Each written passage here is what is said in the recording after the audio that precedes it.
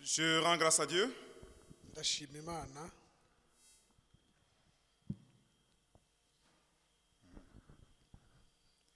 pour ce grand privilège qu'il nous accorde.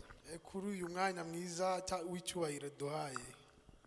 Nous bénissons le Seigneur pour sa présence parmi nous. Turashima Imana kubwo kubana Nous natwe. bénissons le Seigneur pour ce ministère. Turashima Imana kubw'iyi ministeri.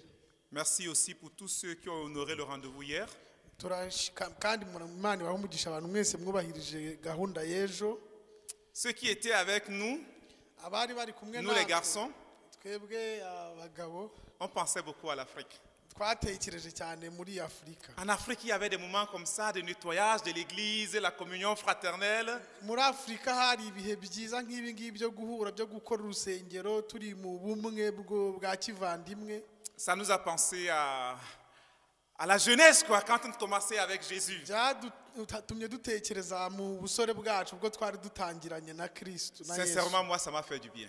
Njyewe byankozeho neza cyane. Parce qu'il y a plus de 10 ans, 15 ans en arrière, Kubera ko hashize imyaka hagati y'icumi na cumi n'itanu l'une des premières responsabilités que j'ai portées à l'église, rimwe mu nshingano nari mfite mu rusengero c'était le responsable des travaux de l'église. byari gukora nari muhagarariye imirimo yo mu rusengero. Et je me suis réjoui hier, je voyais mon passé hier. Narishimye ejo kuko nabonaga hashize hanjye.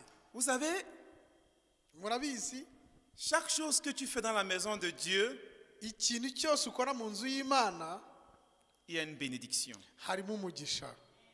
Ce n'est pas seulement quand tu prêches l'évangile Ntabwo ari gusa ko wigisha ou quand tu parles, cyangwa se igihe uvuga, même en nettoyant, tu prêches l'évangile. yewe no mu kuhanagura uburimo uvuga ijambo Donc que ry'Imana. Dieu bénisse tous ceux qui étaient là. Imana ibahe umugisha mwese abari bari hari. Je sais qu'il y a d'autres qui ont voulu être là, comme le frère Eric, qui ne se sent pas bien. Gloire à Dieu. Ndabizi ko hari abandi bantu bashaka kuba mu Aujourd'hui, il va mieux. Eric ariko batari bameze neza. Uyu munsi ameze neza Eric. Et tous ceux qui ne pouvaient pas à cause du travail, Hari n'abandi batabishoboye kubera nous rendons akazi. grâce à Dieu. Twese turashima Imana. Amen. Amen.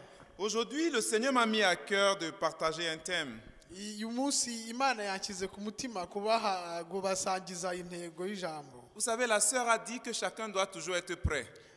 Mwumvise ko mushiki wacu yavuze ko buri muntu wese agomba kuba yiteguye. Et si vous êtes à l'école avec le frère Félix, vous deviez être prêt. Iyo muri ku ishuri hamwe na muvandimwe wacu Felix mugomba kuba mwiteguye. Et je crois que Félix et sa famille sont très un. Ndatekereza ko Felix n'umudamu we ni umwe. Il peut te dire prépare-toi. Felix ashaka kubwira ngo witegure. Et si tu n'es pas prêt, Iyo utiteguye tu rates la grâce que Dieu voulait te donner. ugomba kuvuga umugisha Imana ibiguha ishaka kuguha. Félix, merci pour cette école. Felix warakoze kubw'iyo nyigisho kubw'ayo masomo. Ça m'a appris aujourd'hui Byanyigishije uyu munsi que chaque semaine, ko buri que je cyumweru prêche ou je ne prêche pas, iyo nigishije je dois préparer un ntigishije, message. ngomba gutegura ubutumwa. Amen. Amen. Que tu prêches ou tu ne prêches pas, Iyo nubwo naba nigisha cyangwa Dieu m'a dit ntigishije, prépare quand même un message. Imana yarambwiye iti tegura nibura ubutumwa. Et je rends grâce pour ton école. Ndagushimira kubwo Dieu amasomo t'utilise. yawe. Imana iragukoresha Pour nous réveiller. kugira ngo Je udukangure. ne suis pas le seul, vous pouvez demander au pasteur Gérard. Il nous encourage à être prêts. Buri munsi atakwakuraje kugira ngo dube twiteguye. Et aujourd'hui, Dieu a utilisé sa femme Uyu munsi Imana yakoresheje pour que umugore nous entendions une autre langue maternelle. kugira ngo twumve urundi rurimi rwa kavukire. Dutangiranye na Kristo Yesu, iyo turi kumwe na Yesu On ne recule pas. ntabwo dusubira inyuma. Voilà, c'est ce qui traduit ma chanson en langue maternelle. D'abord, la langue maternelle, c'est la langue Atié. Atié. Atié. Oui, c'est un peuple du sud-est de la Côte d'Ivoire. Ok. Ni ururimi rwo muri Côte d'Ivoire. Bon, je n'ai pas une belle voix. Je sais pas, il n'y a pas de souci. Nesse buseloze ben amapane noze buseloze ben amapane noze. Ça va? Oh oui. Tu m'as pas la musique? Ah oui. Ah oui. Et il y a une danse particulière pour Oui. le morceau. Ok, c'est très bien.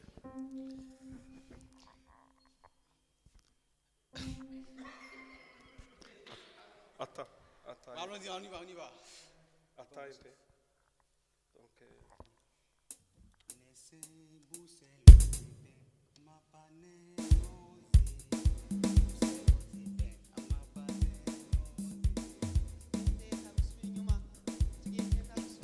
Vamos lá.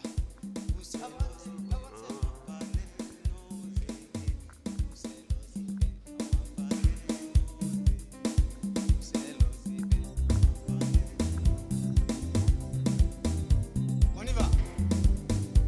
Nesse buselozi ben amapane nozi buselozi ben amapane nozi nesse buselozi ben amapane nozi buselozi ben amapane nozi buselozi ben amapane nozi buselozi ben amapane nozi nesse buselozi ben amapane nozi buselozi ben amapane nozi buselozi ben amapane nozi buselozi ben amapane amapane nozi amapane nozi buselozi ben amapane no nesi buselozi ben amapane nozi buselozi ben amapane no nesi buselozi ben amapane nozi buselozi ben amapane nozi. Merci bien. Alléluia. Est-ce que Dieu n'est pas bon? ese imana si nziza? Quand tu marches avec Dieu, ne regarde plus en arrière. iyo ugendana n'imana wireba inyuma. Et c'est ça le thème de mon message. niyo nanjye ntego y'uyu munsi. Dieu veut le progrès. imana ishaka ko dutera imbere mu buzima bwacu. Celui qui regarde en arrière umuntu ureba inyuma ne veut pas le progrès. ntabwo aba ashaka gutera imbere. Mais Dieu ne veut pas que tu regardes en arrière. imana ntabwo ishaka ko uhindukira ukareba inyuma. C'est pourquoi il dit, niyo mpamvu ivuga celui qui met la main à la charrue umuntu ushyize umuhinzi et regarde en arrière n'est pas fait pour le royaume des cieux. iyo asubiye inyuma ntabwo ashobora kunezeza imana. Comme tu as décidé de servir Dieu, nk'uko wamaze guhitamo gukorera imana ne regarde plus en arrière. wireba inyuma. Laisse ton passé. reka ahashize hawe Regarde à Jésus. reba kuri yesu. Peu importe ce que tu as eu à faire, ibintu byose waba ufite wigeze ibyaha byo gukora, le sang de Jésus t'a purifié. amaraso ya yesu yarakwejeje. On a chanté un chant que j'aime bien, ma langue maternelle, tout à l'heure. tumaze kuririmba indirimbo nanjye nkunda mu rurimi rwa kavukire mu kanya. Qu'est-ce qui te lave, qu'est-ce qui te purifie? C'est le sang de ni iki Jésus. kikoza n'iki kigutunganya? ni amaraso ya kristo.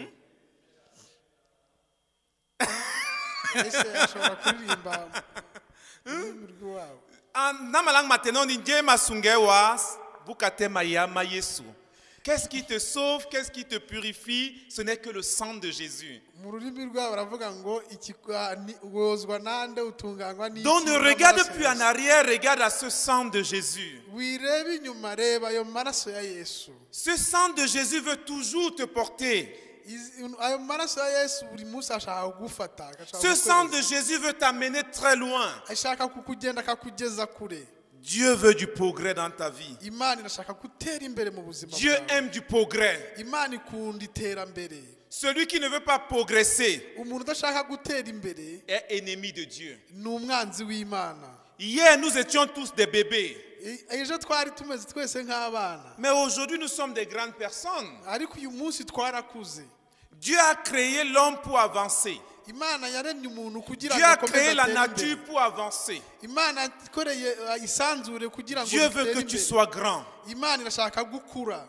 Ce que tu es aujourd'hui, uko uri uyu munsi, je ne pense pas que c'est un tiers de ce que Dieu a prévu pour ta vie. ndatekereza ko ari kimwe cy'icyo imana yakuremeye mu buzima bwawe. La grâce doit abonder dans notre vie. ubuzima ubuntu bugomba kuba bwinshi mu buzima bwacu. Donc ceci est la volonté de Dieu ibyo ngibyo nabyo ni ubushake bw'imana pour ta vie. ku buzima bwawe. Dieu veut que tu progresses. imana irashaka ko utera Ne te limite pas au niveau que tu as aujourd'hui. wikwigira mutoya kubera nivo ufite uyu munsi. 1 Roi chapitre 4. abami ba mbere ibice 4. Aujourd'hui, j'ai préparé un enseignement, ce n'est pas un message, donc je vais aller doucement, je ne vais pas uyu parler munsi fort aujourd'hui. nateguye icyigisho ntago ari ikibwiriza ndagenda gakeya. Je t'invite de noter et de lire à la maison. Ndaguhamagarira gusoma no kuza kubyandika ukaza kubisoma 1 Roi chapitre 4, abami ba mbere ibice 4 versets 29 à 34. umurongo wa 29 kugeza ku wa 34. Quelqu'un peut lire s'il vous plaît? Hari umushaka kudufasha gusoma.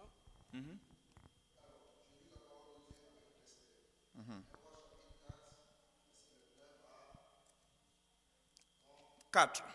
Quoi? Il a donné quoi? En plus, une très grande... Pourquoi la Bible apporte une précision? Traduis mon frère. Imana yamuhaye ubwenge n'ubuhanga bwinshi. Pourquoi la Bible apporte une précision, une très grande intelligence? Kubera iki Bibiliya ibitsindagirika bivugaho cyane ngo ubwenge buhambaye. Tout ce que Dieu veut faire dans ta vie Iby'Imana byose ikora mu buzima bwawe est toujours grand. ni binini.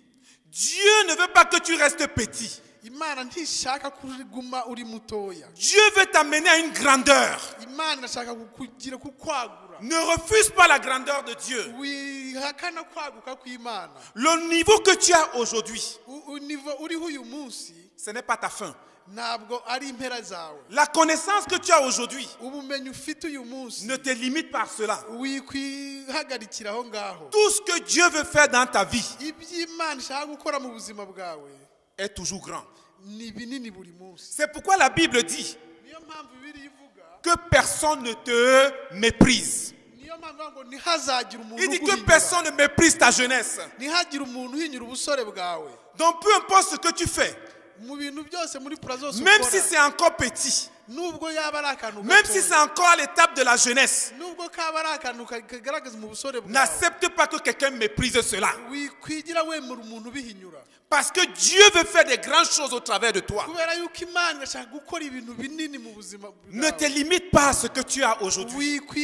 Wikwihagarikira aho ngaho. La Bible dit que Dieu donna de la grande connaissance à Salomon. Bibiliya ivuga ko yahaye ubwenge Parce ubumenyi qu'au buhambaye travers de la bw'Imana. vie de Salomon, Kubera yuko ubuzima bwa Salomo Dieu voulait accomplir sa parole. Imana yagombaga kuzuza ibyo yavuze. Continue mon frère. Komeza.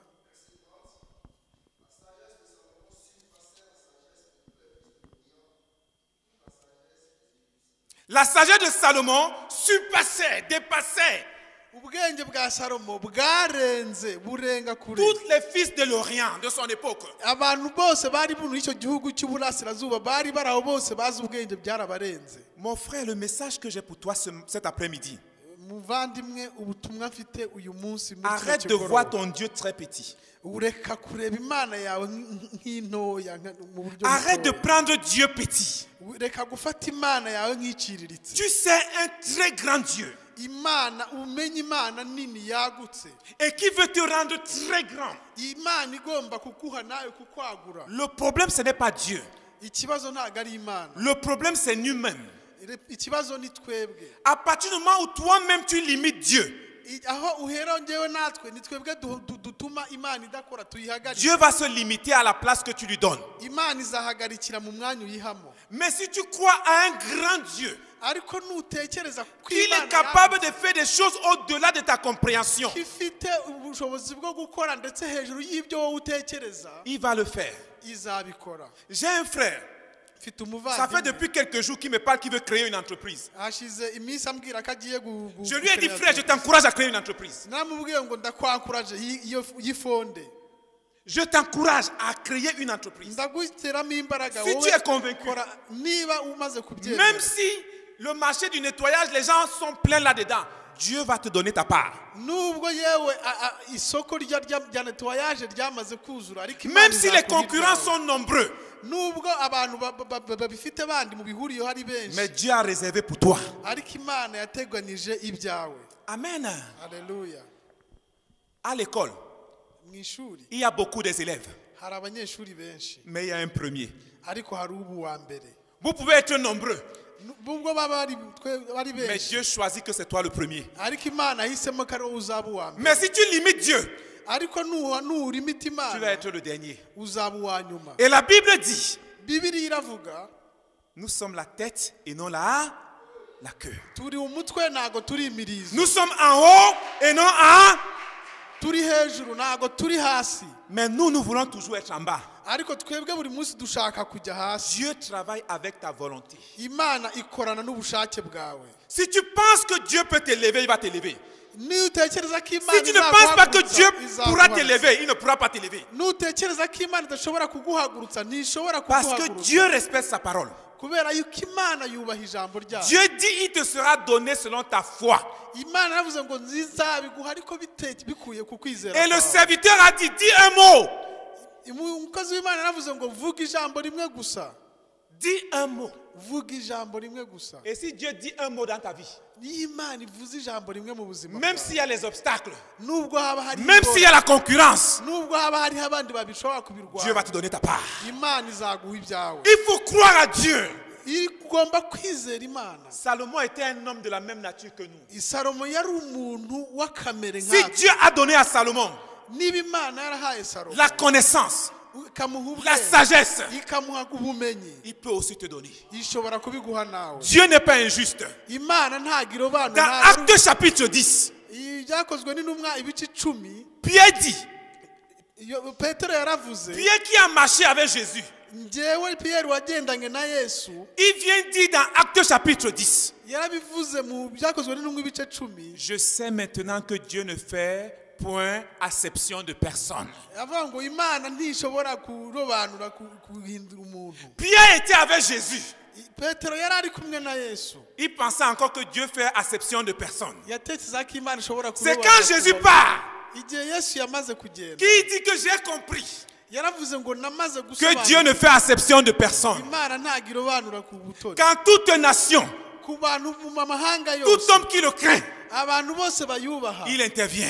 irabemera. Il n'y a pas un Dieu de blanc, il n'y a pas un Dieu de noir. Ntago Il y a ari un Imana seul Dieu y'abazungu nta nubwo ari iy'abirabura, qui ni nous parle dans la Imana Bible. imwe. Alléluia. Haleluya. On a toujours l'habitude de dire, Dufite- oui, les blancs sont venus nous prêcher l'évangile en Europe. Oui, ils sont grands. Dufite buri gihe akamenyero ko kuvuga ngo abazungu nibo Comment baje ça te voit kutubwiriza, maintenant que toi aussi nibo Dieu bari est en train de hejuru t'utiliser yacu. pour prêcher l'évangile en Europe? Imana nawe igomba gukoresha kuvuga ijambo ry'Imana hano muri Europe. Ils sont venus en Afrique. Baje muri Afurika, Dieu a fait l'inverse, tu es en Europe. Imana yakoze mverise nawe waje muri Vous Europe. savez, j'admire mes frères blancs. J'admire mes frères blancs. Je les admire. Mfite des amis. Admirer. Admirer, ça veut dire quoi? Admirer, c'est n'ukongorera, je sais pas. Quand tu as de l'estime pour des gens, Ah, iyo kwigereranya n'abantu. quand vous les voyez en Afrique, Iyo tubareba muri Afurika, ils occupent n'importe quel poste, ntago bashobora gufata poste yose ibonetse, ils travaillent n'importe quoi. ntago bashobora bakora aho babonye hose, Non, ils ne travaillent pas n'importe quoi. ntago bashobora gukora ahantu Ils hose sont tous dans babonye. les places, dans les fonctions clés. Bari hejuru mu birimo muri biro bikomeye cyane. Et pourquoi quand nous venons en Europe, nous voulons toujours les positions très très Ni ukubera iki twebwe iyo tuje dushaka ka kazi gasuzuguritse. Crois en Dieu qui peut aussi t'élever en Europe. Tekereza Imana igomba kugukoresha muri Il kino peut te- gihugu kiriho. Il peut t'élever. Ishobora kuguhagurutsa Il ikagushyira peut hejuru. t'utiliser comme un directeur de société. Igomba kugukoresha nk'umuntu Il peut uhagarariye t'utiliser comme sosiyete. celui qui dirige dans son département. Igomba kugukoresha nk'umuntu uyoboye departement yose. Dieu veut du progrès. Imana irashaka ko dutera imbere. Mon frère, tu peux être infirmier. Mon frère, ushobora kuba Tu es umwinfirmiye. aide-soignant maintenant, non? Oui. Tu peux être infirmier ici en Europe. Amen. Ushobora kuba umwinfirmiye isi hano en Europe. Il faut toujours penser à avancer. Buri gihe tugomba gutekereza kujya Il imbere. faut penser à aller loin. Tugomba gutekereza kugera kure. Amen. Amen. Dieu avait compris ça. Imana Et yamaze c'est pourquoi kumva il avait ibyo tout donné à Salomon. niyo mpamvu yahaye ibintu byose Salomo Pour que Salomon soit grand. kugira ngo Salomo abe w'icyubahiro abe mukuru. Toi aussi, tu dois croire à ça. Nawe ugomba kwizera ibi Que ngibi, Dieu veut te rendre grand. ko Imana igiye kukugira umuntu Dieu mukuru. ne veut pas que tu t'arrêtes là. Imana ntabwo ishaka ko uhagararira aha ngaha. Dieu veut que nous allons loin. Imana irashaka ko tugera kure. Amen. Haleluya. Qui donne le progrès? Le progrès vient de Dieu. Ninde utanga iterambere? Si tu aimes Dieu, Niba ukunda Imana tu es attaché à Dieu, ukaba ubora waromatanye n'Imana, il va te lever. izakugira mukuru. 3 Jean, ibice bitatu muri Yohane 3 Jean, verset 2. Quelqu'un va lire. Bien-aimé, je souhaite que tu prospères à tous égards et que tu sois en bonne santé, comme prospère ton âme. Qui dit ça? C'est la Bible, hein? C'est pas moi. Amen. Quand on parle parfois de la prospérité, on parle tous les gens du monde. C'est la Bible qui dit que je désire que tu prospères. Ce n'est pas dans le monde, c'est la Bible qui dit ça, que je désire que tu prospères à tous égards.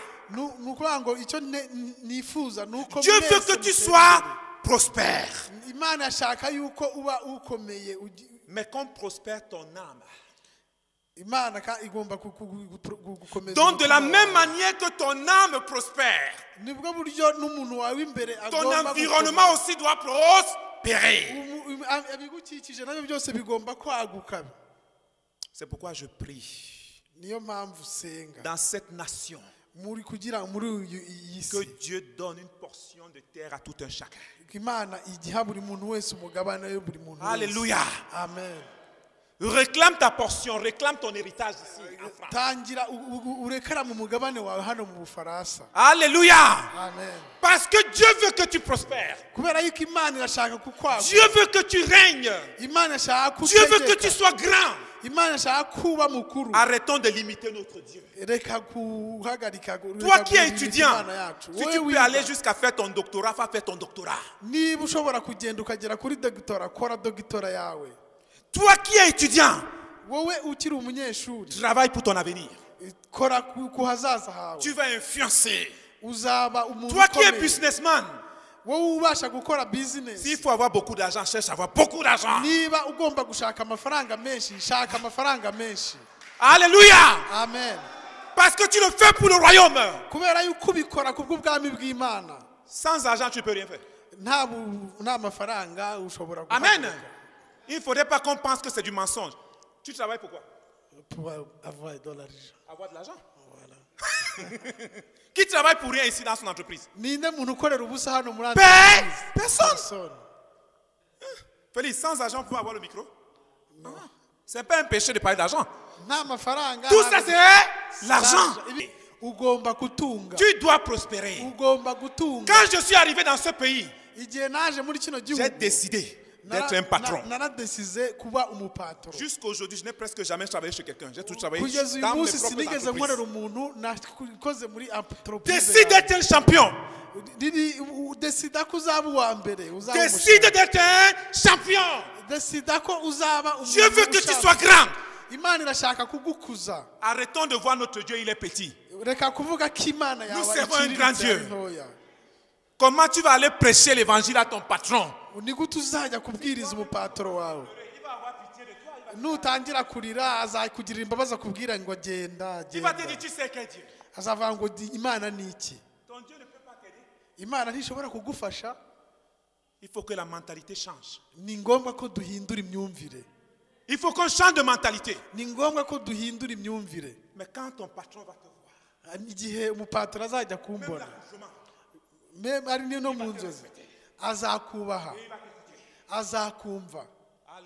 Amen. Notre Dieu n'est pas pauvre. C'est un grand Dieu. C'est un grand Dieu. Sortons de la pensée de pauvreté. Tu peux naître dans une famille pauvre et devenir le président de la République.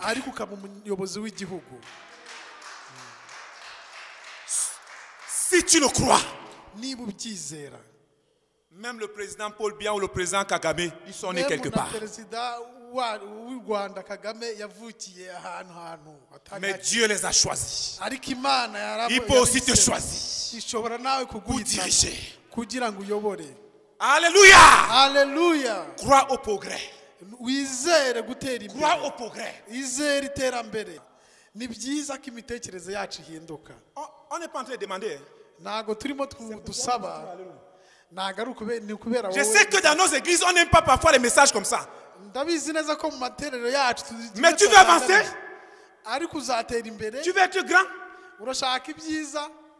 Change ta mentalité. hindura imitekerereze yawe. Le réveil de cette église va commencer par nous-mêmes. Umubyutse bw'iri torero gukanguka bizahera ku buri twebwe ubwacu. Que Dieu nous aide. Imana idufashe. Dis à ton frère, tu vas avancer. Bwira umuvandimwe wawe Dis uzatera. à ta soeur, tu vas avancer. Bwira umushiki wawe ke uzatera imbere. Il faut que tu avances. Ni ngombwa ko uavansa ugatera imbere. Dieu veut du progrès dans ta vie. Imana Amen. irashaka ko utari imbere mu buzima bwawe. Alléluia. Hallelujah. Alléluia. Amen. Amen. Moi, j'aime la parole. Njyewe nkunda ijambo. J'ai encore quelques minutes. Mfite nanone iminota mikeya. Le progrès Iterambere ou la prospérité cyangwa se gutunga va demander deux choses dans ta vie. biragusaba ibintu bibiri mu buzima bwawe. La première des choses, Icyambere c'est ton attitude de cœur. ni uburyo bw'imitekerereze n'imibereho yawe y'umutima wawe. Vous savez, Murabizi parfois quand on prêche la parole ici, iyo twigisha hano il y a les cœurs qui sont gâtés. hari imitima iba Il y a les gens qui se fâchent. hari abantu baba bababaye. J'ai l'habitude de dire, tu te fâches et puis quoi encore? Mfite aptitude yo kuvuga ngo kuki urabazwa n'iki. Quand la parole de Dieu te touche, Iyo ijambo ry'Imana rigukozeho, tu as une seule chose, décide d'obéir. iyo ufite ikintu Même si ça te fait mal. hitamo kubaha nubwo byakubabaza. Obéis. Byubahe. Amen. Amen. Ton attitude de cœur va compter. Uko umutima wawe, imiterere y'umutima wawe birabarwa. Ton comportement, ça va compter. Imyitwarire yawe izabarwa. Bien-aimé, Bakristo bavandimwe, ceux qui veulent régner umuntu ushaka gutegeka kuba ne umwami se comportent plus n'importe comment. ntukitwara uko ubonye kose. Un ministre ne se comporte pas n'importe comment. Umuminisitiri ntago yitwara uko abonye kose. Un président ne se comporte pas n'importe comment. Umuperezida ntago yitwara uko abonye kose. C'est les enfants qui courent à gauche, à droite. N'abana Parce qu'ils bagenda n'ont pas bajya encore hirya no hino, compris. kubera yuko ntibarabyumva Ce que le Père veut les confier. icyo abantu babatezeho. Et la Bible dit, Bibiliya iratubwira tant que l'héritier iyo umuragwa est encore enfant, iyo akiri umwana il n'est pas différent d'un esclave. ntahaba atandukaniye n'umucakara. Tu veux rester esclave? Urashaka kuguma Tu veux rester enfant? Urashaka kuguma kuba umwana? Dis non à Dieu. Bwira Imana ko no. Les enfants ne peuvent pas régner. Abana ntibashobora kuba abatware. Ce sont les adultes qui règnent. N'abantu bakuze baba abatware. Cherche à grandir. Shaka uburyo wakura. Et quand tu vas parler, on va te respecter. Igihe uzavuga bazakubaha.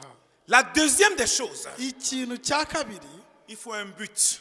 ugomba kugira intego. Tu dois avoir un but. Ugomba kugira intego. Tu ne dois plus faire des choses sans but. Ntabwo ugomba gukora ikintu udafite intego. Même le travail que tu fais, Yiwe n'akazi ukora, quel est ton but par rapport à 2 ans, 3 ans, 4 ans? ni iyihe ntego yawe hagati y'imyaka 2 cyangwa 4 gukomeza? Tu dois avoir un but. Ugomba kugira intego. Parce que si tu n'as pas un but, Kubera yuko udafite intego, si on demande beaucoup dans ton salaire, c'est 300 € jusqu'à ta retraite. iyo ubonye amafaranga hagati ya kugeza muri retraite 300 kugeza muri retraite.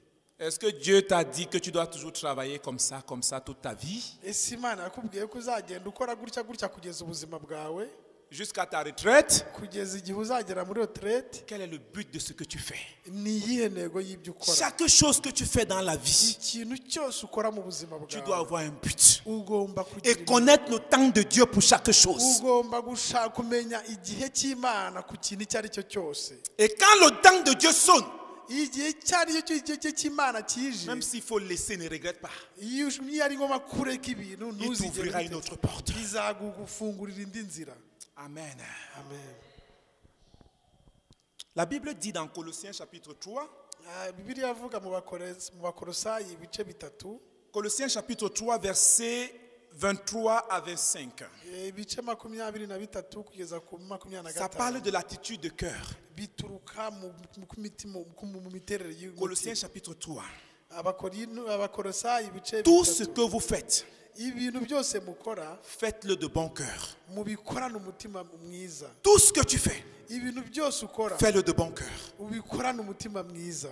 Amen. Amen. Si on te demande de faire quelque chose, Niba bakubajije gukora ikintu, que ton cœur ne soit pas partagé. umutima wawe ntuzaragize umutima. Fais-le de bon cœur. bikorana umutima mwiza. Fais toutes choses de bon cœur. Korana ibintu byose umutima mwiza. Comme le faisant pour le Seigneur. Nk'uko tubikorera Imana Et non pour yacu. les hommes. Apana nk'uko tubikorera abantu. Si Salomon a été béni, Niba Salomo c'est parce que Dieu a vu le cœur de Salomon. nuko Imana yabonye umutima wa Salomo. Et ce que Dieu regarde, N'icyo Imana ireba c'est le fond de notre cœur. ni imbere mu mutima wacu. Dieu travaille avec toi Imana ikorana nawe en fonction de ton cœur. bitewe n'uko umutima wawe umeze. Ce que Dieu désire, Icyo Imana ce sont yifuza des vrais adorateurs ni abantu bakuru, qui l'adorent en esprit et en vérité. ni abantu bahimbaza Imana mu kuri no mu mwuka. Alléluia. Amen. Donc arrêtons de faire les choses avec mépris.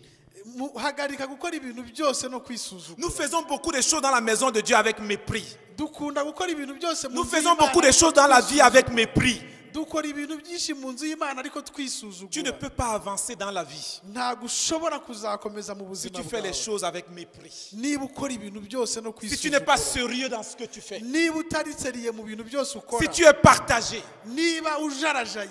Dieu ne veut pas que nous faisions les choses étant partagées. Ntabwo Imana ishaka ko dukora ibintu byose Dieu veut que nous tujarajaye. soyons entiers quand nous faisons quelque Imana chose. ishaka ko tuba wese twitanga wese igihe dukora ikintu. C'est le secret Niryo banga pour avancer. rishobora gutuma tujya imbere. Tout ce que tu fais, Ibintu byose ukora fais-le avec tout ton cœur. bikorana umutima wawe wose. Donne l'amour à ce que tu fais. Bikora tanga urukundo ibyo ukora. Mes jeunes de la chorale, Njyewe nkunda si vous devez répéter samedi, niba mushobora kurepeta wa vous devez gatandatu venir. mugomba kuza. Quand tu viens à l'église le dimanche, Iyo uje mu rusengero ku cyumweru tu dois préparer ton offrande. ugomba gutegura ituro ryawe. Parce qu'on ne vient pas les mains vides dans la maison de Dieu. Kubera yuko ntago tuza n'ibiganza byonyine mu nzu y'Imana.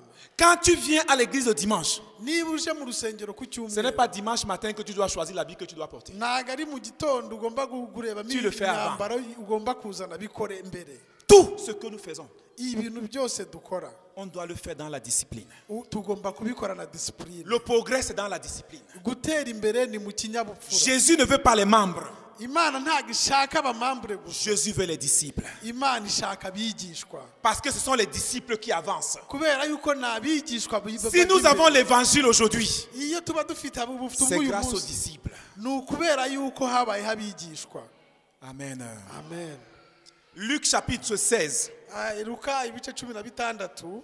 Luc chapitre 16. Luka ibice 16. Versets 10 et 13 à 13. Verset 10 à umurongo wa 13. 10 kugeza ku wa 13. L'échec. Gutsindwa L'échec vient gutsindwa bituruka quand tu fais un travail avec un cœur divisé. iyo ukora ibintu n'umutima ujarajaye. Parce qu'on ne peut pas suivre 2 mètres. Pardon. On ne peut pas suivre 2 mètres. Kubera yuko ntago dushobora kugira metero. Chaque fois que tu vas faire un travail avec un cœur divisé, partagé, Iyo ushatse gukora ibintu n'umutima ujagaraye l'échec frappe à ta porte. ni ukuvuga ngo gutsindwa bitangira kuza. Parce qu'un cœur divisé Kubera yuko umutima ujarajaye ne peut jamais avoir du succès, ntago ushobora gutsinda. ne peut jamais aller loin. Ntago ushobora kugera kure. Apprends à faire les choses avec un seul cœur. Iga gukora ikintu Apprends n'umutima. à aimer ton frère et ta sœur avec un seul cœur. Iga gukunda abavandimwe bawe n'umutima umwe. Pas avec un cœur à gauche, un cœur à droite. Nta byo kugira umutima uri ujarajaye impande zose. Sois toi-même.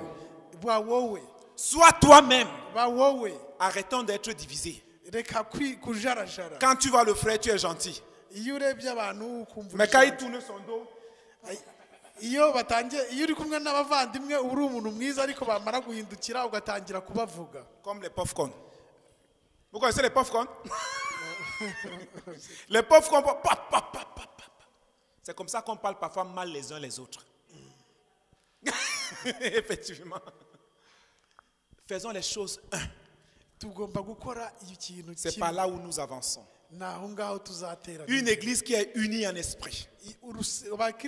Eglise C'est iri celle qui hamwe mu avance. mwuka niyo ishobora kugira. C'est là où Dieu opère des miracles. Niho Imana itangira gukora C'est pas quand ibitangaza. on est séparés. Ntago ari igihe dutandukanye. Dieu veut l'unité des cœurs. Imana ishaka ubumwe bw'umutima. Parce qu'il veut que nous avancions. kubera yuko ishaka ko Dieu tutera veut imbere. remplir toutes ces chaises. Imana ishaka kuzuza zino ntebe, Mais il regarde mon cœur, il regarde ton cœur. ariko irareba umutima wawe ikareba Est-ce que n'umutima tous wawe. nous avons le même désir? Ariko se twese dufite imyifuzo bimwe. Ce n'est pas l'église de Félix, Ntabwo ari ce eglise n'est ya pas Felix. l'église de Eric, Ntabwo ari ce n'est pas urusengero l'église de rwa Eric. André, Ntabwo ari urusengero ni le rwa pasteur Gérard. ntabwo ari urwa Gerard. C'est l'église de Jésus-Christ. Ni urusengero rw'Imana.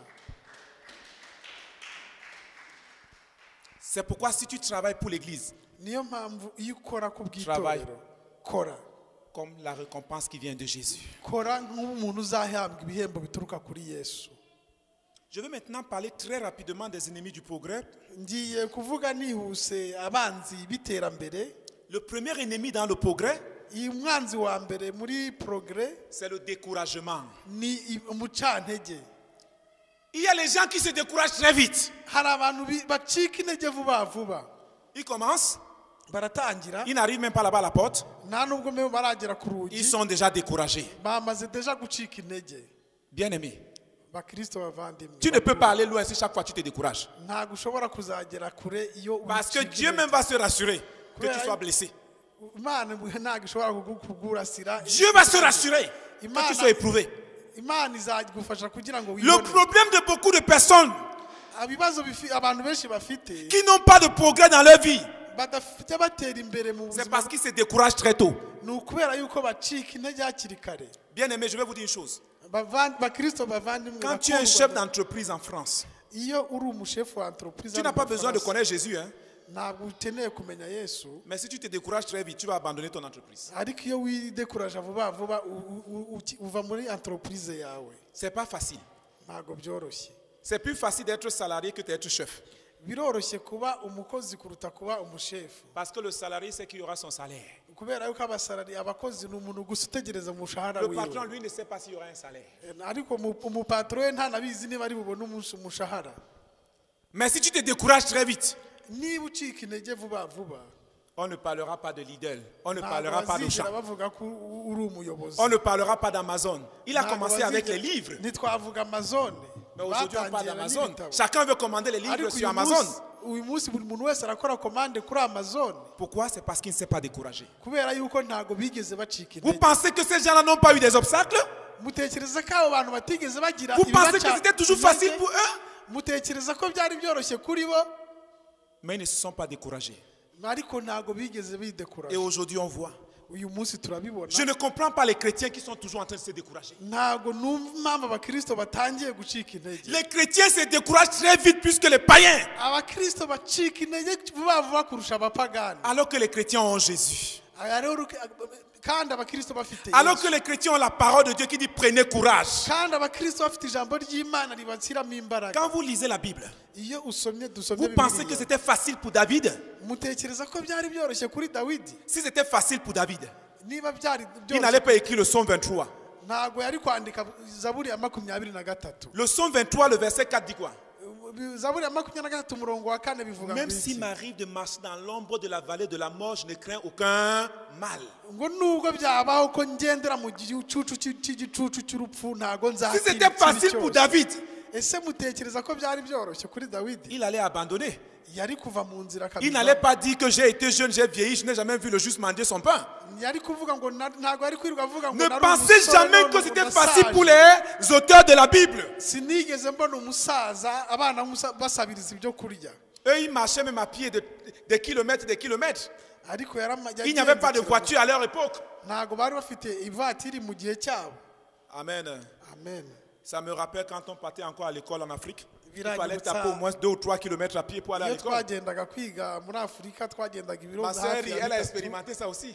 Quand tu étais à l'école primaire, tu marchais à pied au moins 2 kilomètres ou 3 kilomètres. Igihe twari muri Afurika tujya kwiga twagendaga nibura ibirometero 3 n'amaguru. Et tu rentres, il n'y a même pas de nourriture à la maison, tu dois encore attendre. kandi wanagenda mu rugo ukagenda nta byo kurya uhasanga. Mais quand nous venons en Europe, il y a le tram, il y a la sécurité sociale. Mais c'est là où on ne veut plus rien faire pour Dieu. Iyo turi muri Europe hari tram, hari sécurité sociale, Parce qu'il y a la CAF. hari na CAF. Que Dieu nous aide. Imana itugirire neza Les idufashe. gens qui se découragent très vite. Abantu bacika intege Vous savez, vuba vuba. l'Europe rend les gens paresseux. Excusez-moi. L'Europe nous rend paresseux. Europe iduhindura abanebwe. Amen. Amen. arrêtons de nous décourager. muhagarike gucika intege. Je vais clôturer avec 2 ou 3 points encore. Ngiye kurangiriza kuri Un autre ennemi de la foi et du progrès. uwundi mwanzi wo gutera imbere. Un autre ennemi du progrès. Uwundi mwanzi wo gutera imbere. Le manque de confiance en soi. Ni ukwigirira icyizere, kubura kwigirira icyizere. Le manque de confiance en soi va t'amener à ne pas aller loin. Kutigirira icyizere bizatuma utabasha kugera kure. Frère Eric, qui doit d'abord te faire confiance? C'est moi-même. C'est toi-même. Et c'est vrai, c'est toi-même. Si toi-même tu ne te fais pas confiance, qui va te faire confiance? Niba njyewe ntigirira icyizere, ninde uzangirira icyizere? Beaucoup ne se font pas confiance. Abantu benshi ntago batwizera. Et on voit beaucoup ça chez les femmes. Excusez-moi mes mamans. Les femmes ne sont pas sûres qu'elles sont belles. Hein. C'est pourquoi elles passent beaucoup de temps au miroir. Abadamu bazi ko ari beza, niyo mpamvu bafashe igihe kinini barimo bireba muri miruwari. Toujours là. Buri munsi baba biprotokora muri 30 miruwari. minutes, 1 heure.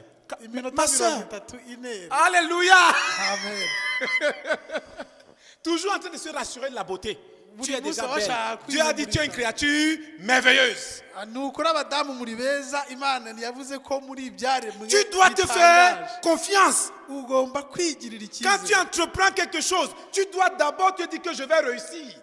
Iyo ugiye gukora ikintu iyo ugomba kuvuga ngo nzaki. Parce que j'ai Jésus en moi. Kubera ko mfite Yesu muri njyewe. Mais beaucoup de chrétiens ne se font pas confiance eux-mêmes. Ariko abakristo benshi ntago bigirira icyizere. Si tu ne te fais pas confiance, tu vas vivre l'échec. Iyo utigirira icyizere uzahora utsindwa. Apprends à te faire confiance. Iga kwigirira icyizere. Parce que Jésus habite en toi. Kubera ko Imana Yesu aba muri wowe. Tu n'es pas n'importe qui. Ntago uri uwo ari we wese. Dans Jean chapitre 15. Pardon? Jean chapitre 15. Muri Yohana ibice 15. Jésus dit ce n'est pas vous qui m'avez choisi. Yaravuze ngo ntago ari mwebwe mwampisemo. Mais c'est moi qui t'ai choisi. Ni njyewe waguhisemo. Jésus t'a choisi. Yesu yaragutoranije. Pourquoi tu ne te fais plus confiance? Kubera iki utigirira icyizere. Si Jésus t'a choisi, tu dois te faire confiance. Niba Yesu yaragutoranije ugomba kwigirira icyizere. Alléluia. Alléluia. N'attends pas. Les jeunes filles là, qu'aucun garçon ne vous trompe. Vous êtes belles. Abakobwa bacu ntazagira umuntu ubabeshya. Amen. Muri beza. Vous êtes belles. Muri beza. Que personne ne vous trompe. Ntihazagira umuntu ubabeshya muri beza. Si un garçon vient te dire que tu es belle, ma chérie, dis que je sais. Que Dieu a dit que je suis Nihagira belle. Nihagira umuhungu ukubwira ngo uri mwiza, ujye umubwira ngo ndabizi ko ndi mwiza. Alléluia. Amen. Là, tu ne vas pas faire le zougou zougou. Ibyo ntabwo uzajya gukora Parce qu'aujourd'hui, c'est devenu à la mode. kubera ko umunsi Trouver une fille de 18 ans qui est encore vierge dans cette société, c'est difficile. kureba umukobwa w'imyaka 18 uri vierge muri iyi minsi ukiri isugi birakomeye. Amen. Troisième point, Ingingo ya gatatu, ce qui empêche le progrès, bituma umuntu adakura cyangwa adatera imbere, ce sont les excuses. ni ibintu guhora umuntu asaba imbabazi. Si vous lisez Luc chapitre 14, Iyo musomye Luka ibice 15, verset 18 à 24, Luc chapitre 14, verset 18 à 24, murongo wa 18 kugeza kwa 24, vous allez comprendre que les excuses là, les gens qui aiment toujours s'excuser, chaque fois tu t'excuses, chaque fois tu t'excuses, c'est un danger. murajya kumva ko abantu bahora bashaka impamvu yo kwisobanura ni danger. Dieu n'aime pas les excuses. Imana ntabwo ishaka ko dushaka impamvu, dushyira impamvu imbere. Si tu es toujours en train de t'excuser, Iyo buri munsi ukunda gutanga impamvu, tu es en train de rater le plan de Dieu pour ta uba vie. urimo utandukana n'umugambi w'Imana mu buzima bwawe. Amen. Amen. Toujours en train de s'excuser à gauche, à droite, à gauche, à droite. Buri munsi uhora utanga impamvu Même ahantu dans hose, le utanga monde. impamvu ahantu hose. Même dans le monde, les païens, Même no mu ils savent bapagani. qu'il faut éviter toujours de présenter les excuses. N'abapagani barabizi ko umuntu agomba kwirinda guhora azana impamvu. Bien-aimé, c'est plus facile de t'excuser que de faire un effort. Bakundwa biroroshye gutanga impamvu kwisobanura. Dieu te donne un travail, un frère te donne un travail, tu es toujours chaque jour en train de t'excuser. Je ne peux pas, je ne peux pas, je ne peux pas, je ne peux pas. Tu vas donc pouvoir quand? Imana iguha akazi, umuntu akaguha akazi ugatangira kwitanga impamvu zo kwisobanura. Simbishoboye. Qu'est-ce que Dieu dit à Jérémie? Niki Imana yabwiye Yeremiya? Ne dis pas que tu ne peux pas parler. Wimbwira Ne dis pas que tu es un enfant. wimbwira ko uri umwana.